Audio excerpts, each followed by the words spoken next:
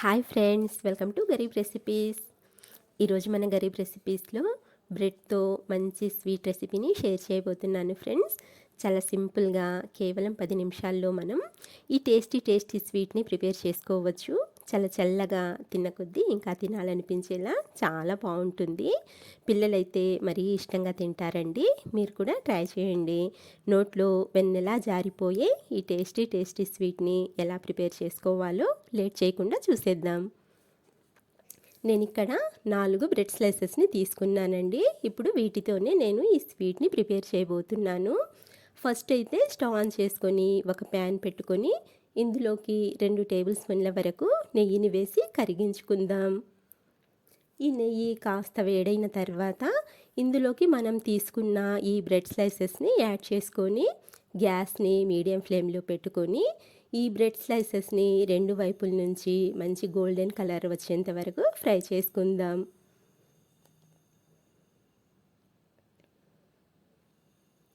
ఈ విధంగా మంచి గోల్డెన్ బ్రౌన్ కలర్లోకి ఫ్రై చేసుకున్న ఈ బ్రెడ్ స్లైసెస్ని ఒక ప్లేట్లోకి తీసుకుందాం. వీటిని పక్కన పెట్టుకొని ఇదే ప్యాన్లో 1/2 టీ స్పూన్ వరకు నెయ్యిని వేసి ఇందులోకి 1 టేబుల్ స్పూన్ వరకు జీడిపప్పును వేసి వీటిని గోల్డెన్ కలర్ వచ్చేంత వరకు ఫ్రై చేసుకుందాం.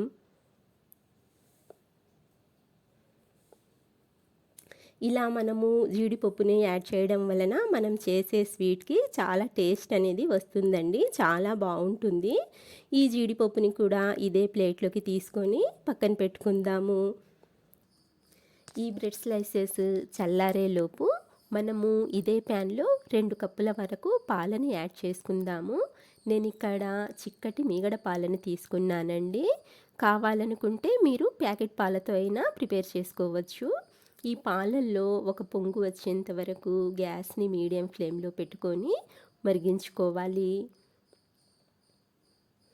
ఇలా పాలల్లో పొంగు వచ్చిన తర్వాత అంచుల్ని ఇలా స్క్రాప్ చేసుకొని ఒకసారి బాగా కలపండి. ఇలా పాలు బాగా వేడైన తర్వాత ఇందులోకి 1/2 కప్పు పంచదారని యాడ్ చేసుకోండి. ఈ పంచదారని బాగా కలుపుతూ కరిగించుకోండి. ఇలా పంచదార అంతా మనకు పూర్తిగా కరిగిపోయాక ఈ పాలు అనేవి కాస్త పలచబడతాయండి. చూడండి. ఇప్పుడు ఈ పాలని మరో 5 నిమిషాల వరకు లో ఫ్లేమ్ మీద మరిగించుకుందాము.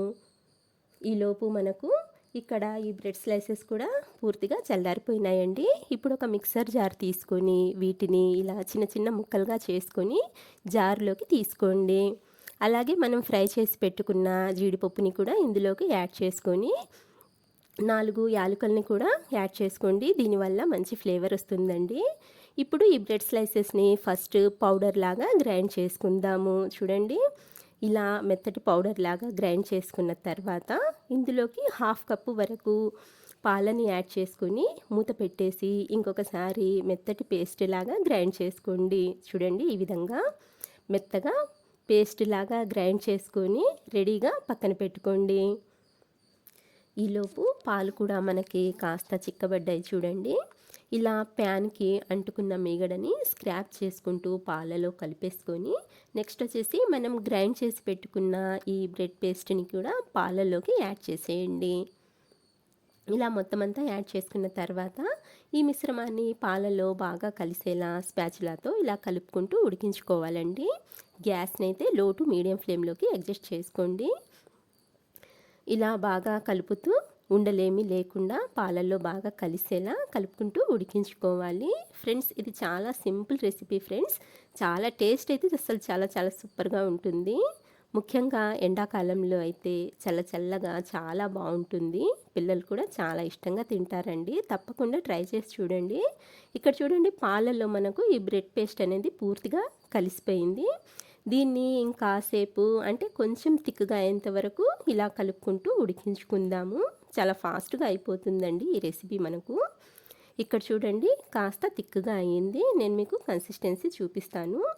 ఈ కన్సిస్టెన్సీలో ఉంటే సరిపోతుందండి. ఇంకా ఎక్కువగా కుక్ చేయవద్దు.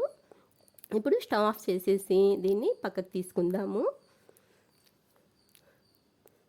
మనము ఈ స్వీట్ని ఇలా కాస్త చల్లారేంత వరకు అలా పెట్టేసుకొని తర్వాత ఇంట్లో వాడుకునే చిన్న చిన్న గిన్నెల్ని తీసుకొని ఇప్పుడు మనము ఈ స్వీట్ని ఈ గిన్నెల్లోకి ట్రాన్స్ఫర్ చేసుకుందాము.